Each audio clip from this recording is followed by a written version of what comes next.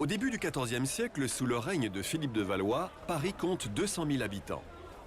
C'est la ville la plus peuplée d'Europe et le centre du renouveau intellectuel et culturel que l'Occident connaît depuis le XIIe siècle. La chrétienté est en profonde mutation grâce à l'implantation dans les villes des ordres mendiants nouvellement créés. L'université fondée vers 1210 attire des étudiants de tout l'Occident chrétien qui se répartissent dans de nombreuses fondations et collèges. Désireux de prendre leur part à ce renouveau intellectuel, les cisterciens de l'abbaye de Clairvaux, fondée en 1115 par saint Bernard, décident de bâtir en 1245 un collège à Paris, le collège des Bernardins. Au cours des siècles, les jeunes religieux des abbayes cisterciennes de toute l'Europe viennent suivre les cours du collège des Bernardins, dont le prestige ne cesse d'augmenter. Au XIVe siècle, la ville de Paris se développe de part et d'autre de l'enceinte fortifiée de Philippe Auguste. L'enceinte délimite la ville de ses faubourgs. Le canal de dérivation de la Bièvre, dit canal des Victorins, permet l'acheminement des matières premières et des marchandises dans Paris par voie navigable. Long d'environ 1600 mètres et de 3 mètres de large, il pénètre à l'intérieur du mur d'enceinte par une porte haute par laquelle circule toute une batellerie. Cette porte est aujourd'hui encore visible à la poste de la rue du Cardinal-Lemoine. À côté se trouve la porte Saint-Victor. Avec ses 2 tours de 15 mètres de haut et de 8 mètres de diamètre, c'est l'une des 15 grandes portes typiques de l'enceinte, ouvrant sur les routes qui mènent aux grandes villes du royaume. Érigée à la fin du XIIe siècle, l'enceinte de Philippe Auguste protège la ville de Paris. Le mur est bordé à l'extérieur d'un chemin de ronde et d'un vaste fossé. De l'autre côté du mur se trouve un passage surélevé, un chemin de ronde intérieur de 10 mètres de large qu'on appelle les allées Le Roi. Elles permettent aux soldats en armes de monter sur le mur et d'accéder aux tours.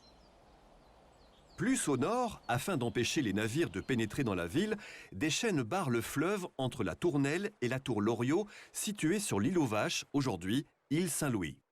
À proximité immédiate du collège des Bernardins se trouve l'église Saint-Nicolas du Chardonnay. À l'origine, c'est une petite chapelle qui, au XIIIe siècle, devient une paroisse. Au pied de l'église, un pont permet de traverser le canal de la Bièvre et la rue des Bernardins. Dans cette rue des Bernardins se trouve l'accès au collège des Bernardins. Sa construction est décidée par l'abbaye de Clairvaux qui fait l'acquisition d'une zone en friche à l'intérieur de l'enceinte appelée le Chardonnay. Dans ce lieu désert, les moines qui viennent étudier à Paris peuvent vivre selon la règle cistercienne qui leur impose de vivre cloîtrés et au désert. Dans la rue des Bernardins s'élève une première porte voûtée qui ouvre sur un passage intérieur entre les maisons réservées aux domestiques et aux moines convers. Au bout de ce passage, une seconde porte ouvre sur une vaste cour autour desquelles sont édifiés les bâtiments du collège. Le bâtiment des moines, la sacristie, l'église, mais aussi les logis des différents abbés et le logis des hôtes. Le bâtiment des moines est achevé vers 1253. Il existe encore aujourd'hui. La construction de la sacristie et de la grande église commence en 1338 et s'achève aux alentours de 1360. Seule la sacristie a été conservée. La cour centrale, ainsi que la partie au nord du collège, n'étaient probablement occupées que par des jardins potagers et fruitiers, des rues champailles et des poulaillers.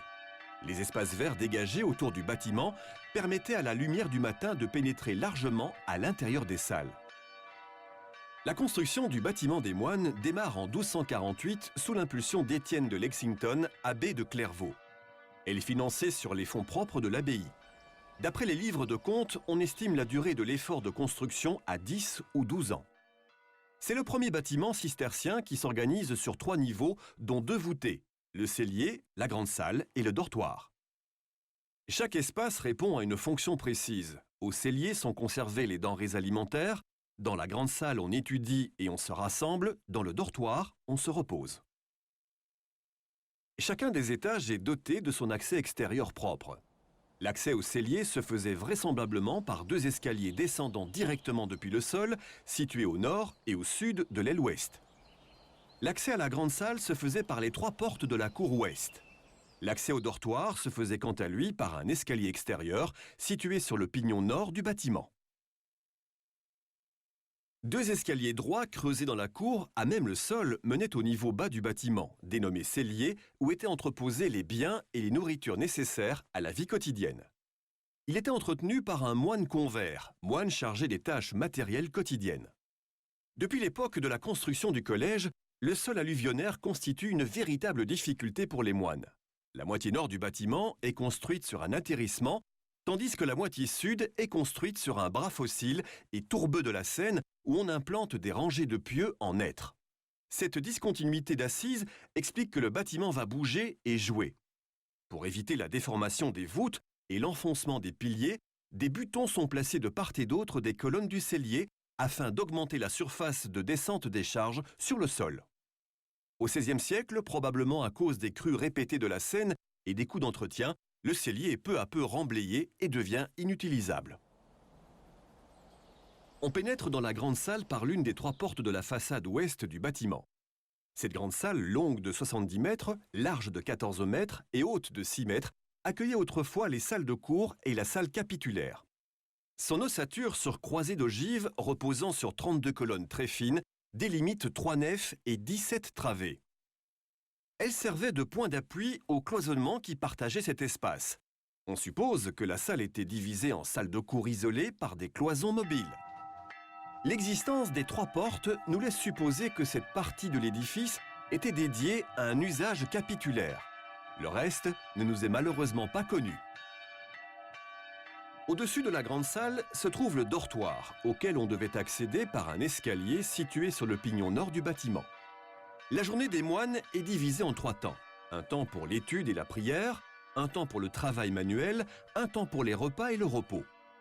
Elle commence avec l'office de prime à 3 heures du matin et se termine avec l'office de compli à 9 heures du soir, heure à laquelle les moines gagnent le dortoir.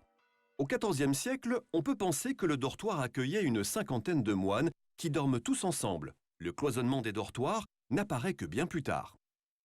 À l'extrémité sud du dortoir, les moines accèdent aux latrines grâce à un petit passage en bois situé au-dessus de la maison des hôtes. Une dérivation de canal qui circule dans l'enclos des Bernardins a été aménagée pour recueillir les déjections. C'est sans doute à cause de cette utilisation de la Bièvre comme dépotoir que le canal va se boucher. Cette dérivation existe toujours dans les sous-sols de la rue de Poissy.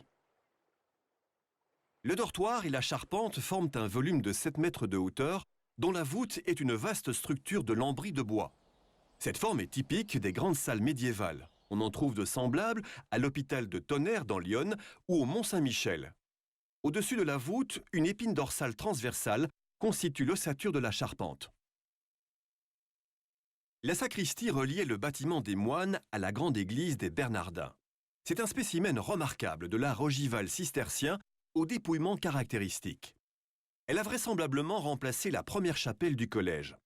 Les armoiries sur les clés de voûte indiquent que son édification fut achevée par le cardinal Curti. Dans les combles existait un passage entre le dortoir et l'église. Les moines rejoignaient directement l'église grâce à un escalier à vis à double révolution. Cet escalier, qui permet à 2 personnes de monter et de descendre simultanément sans se croiser ni même se voir, est une pièce architecturale remarquable pour l'époque. On en trouvera ultérieurement des exemples encore plus imposants au château de Chambord. Il ne reste aujourd'hui presque aucun vestige de l'église des Bernardins. On sait néanmoins qu'il s'agissait d'un édifice monumental. Le projet initial était de 80 mètres de long et 35 mètres de large et devait comporter 13 travées. Seules 6 furent construites et on estime sa hauteur à 27 mètres. Par comparaison, Notre-Dame s'élève à 32 mètres. Le clocher est décentré, élevé sur une chapelle du côté sud. Une flèche s'élève sur le comble de l'édifice et le chevet était célèbre par ses vitraux de plus de 20 mètres de hauteur. Sa construction commence sous l'impulsion de Benoît XII, deuxième pape cistercien et troisième d'Avignon, qui avait enseigné la théologie aux Bernardins et souhaitait que le collège se dote d'une église à la hauteur de ses ambitions. À sa mort en 1342, le cardinal Curti reprend le chantier. En 1348, la peste noire décime Paris et ralentit le chantier qui s'achève vers 1360 à la mort de Curti. L'église reste alors inachevée jusqu'à sa destruction au début du XIXe siècle. L'église, bien qu'inachevée, n'en était pas moins fonctionnelle. Une clôture provisoire en charpente en bois enduit de plâtre la fermait. Et dans chacune des nombreuses chapelles latérales, les moines prêtres célébraient la messe tous les matins. Contrairement au bâtiment des moines, l'église était construite sur une fondation en gris qui lui a assuré une parfaite stabilité. Elle était recouverte d'un toit de tuiles de couleur jaune, vert et rouge, assez rare à Paris, mais que l'on trouve couramment en Bourgogne. L'exemple le plus connu est celui des Hospices de Beaune. Le collège est utilisé par les Bernardins jusqu'en 1790, où l'Assemblée nationale décrète la suppression des congrégations religieuses et la confiscation des biens du clergé qui deviennent biens nationaux. Pendant la Révolution, le bâtiment sert de prison aux galériens de droit commun. Il est ensuite racheté en 1804 par la ville de Paris. Dans la partie basse sont entreposées les huiles d'éclairage de la ville. À l'étage sont conservées les archives du département de la Seine. En 1845, Louis-Philippe décide la création d'une compagnie supplémentaire des sapeurs-pompiers et l'installe dans le bâtiment, ce qui permet sa sauvegarde. Les pompiers y restent jusqu'en 1995.